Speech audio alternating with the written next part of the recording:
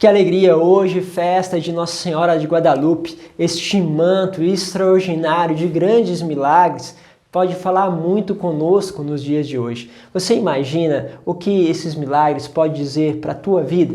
Vamos falar um pouquinho sobre isso no Evangelho de hoje, na palavra que o Senhor nos chama a meditar.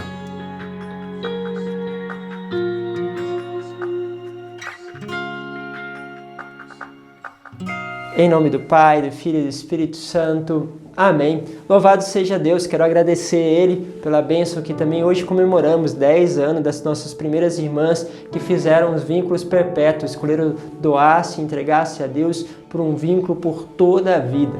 Que Deus possa abençoá-las, que estão espalhadas aí por missões no mundo inteiro, abençoar cada uma de vocês por essa escolha, por essa radicalidade e por ser sempre esse sinal da presença mariana no nosso meio, do cuidado, do zelo, da maternidade. Deus vos abençoe. Muito obrigado.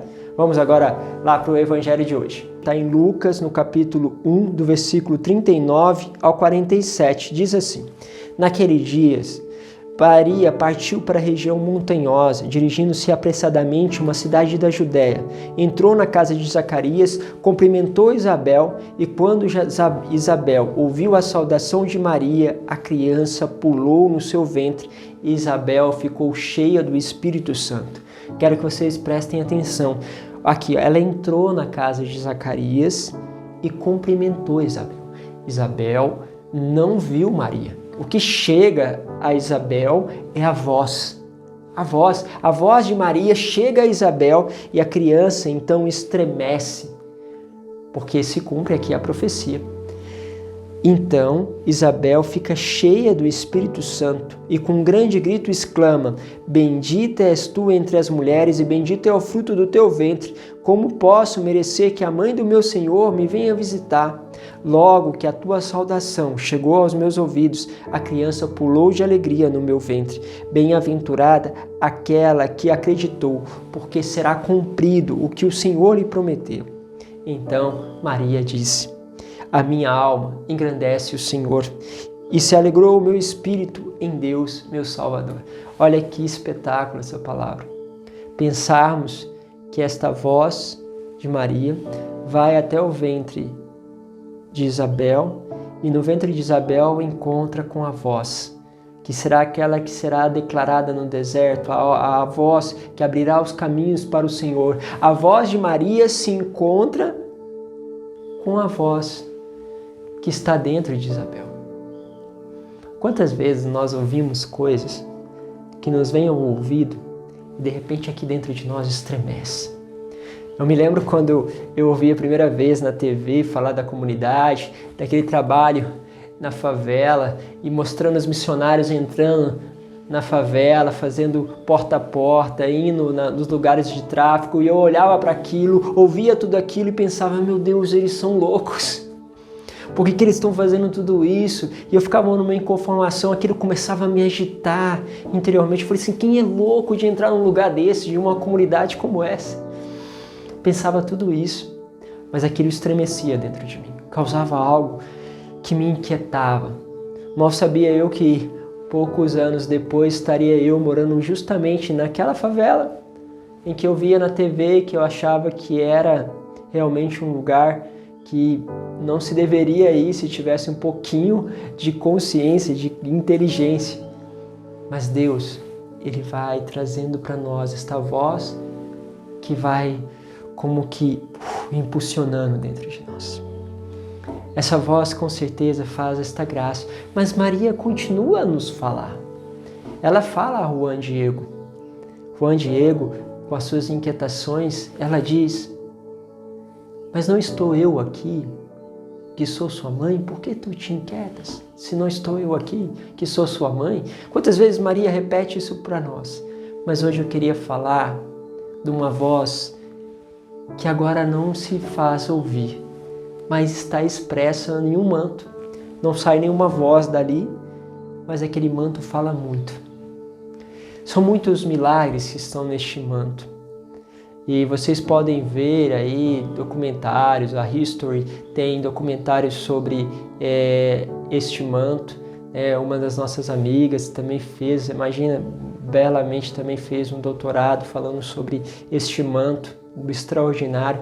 Vocês imaginem, vou falar alguns, tá bom, desses milagres, mas esse manto foi impresso, né, um manto bem frágil, inclusive é o manto que depois as irmãs perpétuas usam justamente o que a gente chama de tilma, né, que é esse, o nome deste manto, mas é um manto frágil, que se desfaz com facilidade. Esse manto, ele foi impresso a imagem dele, que era um manto comum, usado pela população daquela época, população local.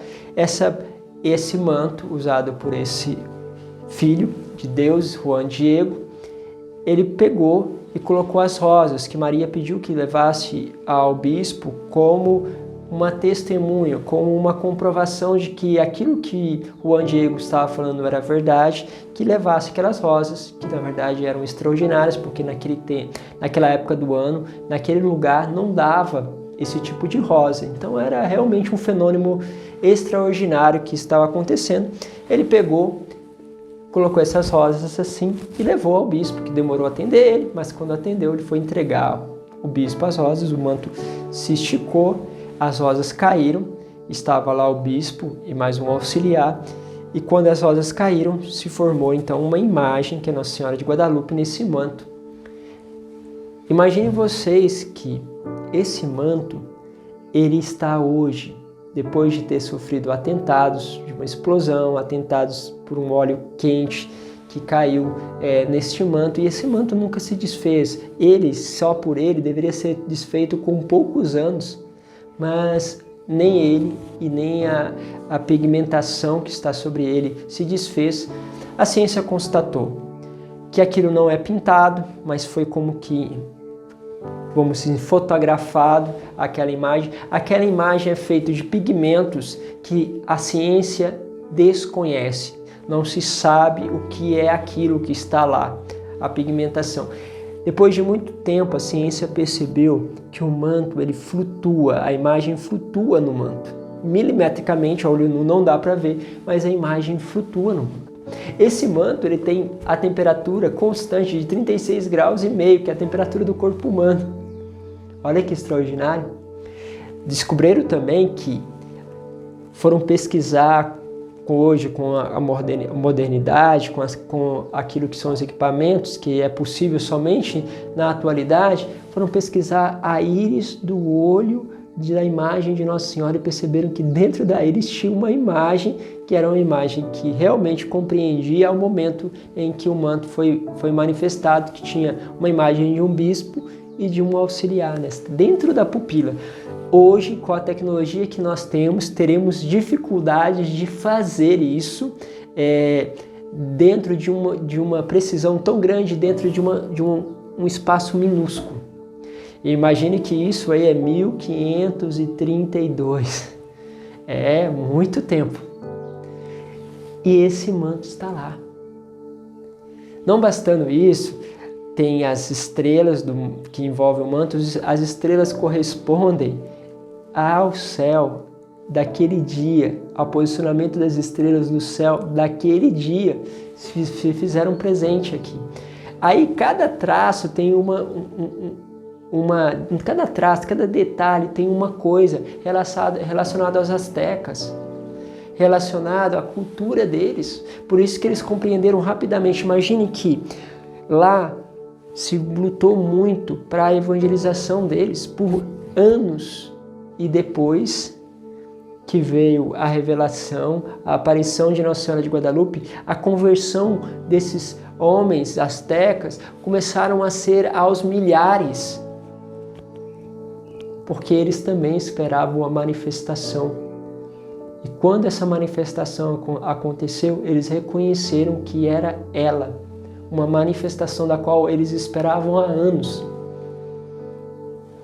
Que interessante. Fora isso, que a posição dentro do manto dela forma notas musicais que dá para formar uma música. São coisas assim extraordinárias, são muitos detalhes que eu queria que você um dia pudesse pesquisar para entender que ela faz coisas extraordinárias acontecerem. Bom, mas eu queria deixar um outro detalhe para você. Como eu disse, esse manto, ele é muito frágil. Então é comum que alguns fios pudessem sair. E o que se observa no manto? É que realmente existem alguns fios que saem, mas em vez desses fios empobrecer a imagem, elas dão mais realismo. Então, por exemplo, os fios que estão desfiados ali, um pouco sobressaem um pouquinho, o que acontece? Na imagem, esses fios comporam a boca de Nossa Senhora, os lábios dela. De tal modo, quando você olha para a imagem, você vê os lábios como se fossem assim, carnudos, como tivesse realmente vida. Ou seja, o defeito se transformou, fez com que a imagem se transformasse ainda mais nítida, mais verdadeira, mais bonita. Isso tem tudo a ver com nós, para dizermos uma só coisa daquilo que se pode se ouvir daquele manto sem ouvir, mas que ele fala mesmo no silêncio.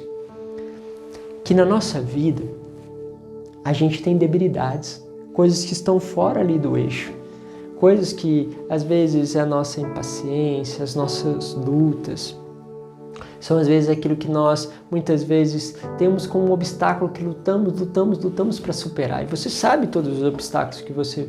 Às vezes aquele sentimento que a gente sempre carrega de ciúmes, aquele sentimento muitas vezes de ser o menor, das pessoas não olharem para nós, ou aquele sentimento de que, sei lá, você muitas vezes se pega comparando, todas essas debilidades, e a gente começa a lutar contra elas. E o que acontece? Essas debilidades, quando elas são impregnadas da presença de Deus e, sobretudo, deixamos que a intercessão de Maria penetre as nossas debilidades, o que acontece? Isso vai se transformando em beleza. Não é à toa que quando nós vemos as debilidades dos santos, as lutas que eles viveram, nós percebemos que ali há um ser humano que lutou e por isso tem um brilho. Quando nós vemos, por exemplo, São Francisco que se joga ali nos espinhos, parece que aquilo se aproxima de nós, porque ele também sofreu as dificuldades para enfrentar uma vida casta, mas ele se joga, há ali uma alimentação, há ali uma luta, mas em vez de diminuir essa luta, o brilho deste homem, aquela luta dele transforma a santidade dele mais viva, como os lábios de Nossa Senhora. Os limites que São Francisco assumia por ter vivido uma vida devassa antes e que agora ele tem que lutar, fazem com que esta luta transforme a vida dele mais bonita. Você também tem essas lutas e essas lutas precisam se tornar para você uma fonte justamente de beleza, porque Deus, quando penetra nessas debilidades, transforma aquilo que é débil, aquilo que é limitado, aquilo que é feio, áspero, em uma bela imagem.